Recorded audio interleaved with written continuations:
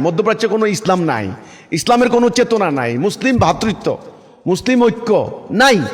এগুলার সব যার যার জাতিরাষ্ট্র, যার যার সিংহাসন, যার যার আমিরাত, বাদশাহী, এগুলা হলো মুখ্য। মানে ইরানকে মারতে হবে, মেরে দিবে। পাকিস্তানকে মারতে হবে, মেরে দিবে। কথা শেষ। ইয়েমেনকে ডুবাই দিতে হবে, ডুবাই দিবে। ফিলিস্তিনকে একেবারে গণকবর করে দিবে। সমস্যা নাই। ইসরায়েল আমেরিকা যা চায় তাই হবে।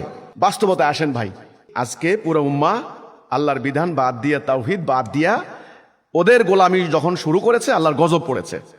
এখন এই জাতিরাষ্ট্র এদের কাছে মুখ্য।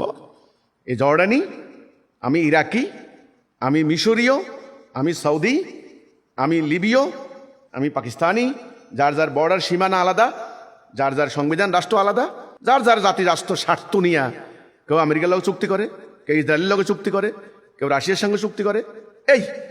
এখানে ওই মুসলিম ভ্রাতৃত্ব, ইমানি চেতনা, ইসলামী ঐক্য, মুসলিম উম্মা, এ কথাগুলো ভুয়া, এগুলো নাই কোথাও।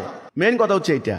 ওটা আনতে হলে আল্লাহর সবরেন্টির উপর সবাইকে আগে তওবা করে ঐক্যবদ্ধ হইতে হবে, একজনকে নেতা মানতে হবে, তারপরে সম্ভব হবে। নাইলে এইসব কথা বলে কোনো লাভ নাই। ওই জর্ডান ওই ইরানকেই মারবে, ইসরায়েলকে মারবে না, মারতে পারবে না। কারণ জর্ডানের গলা এভাবে ধরা আছে, এটা কিন্তু মনে রাখেন।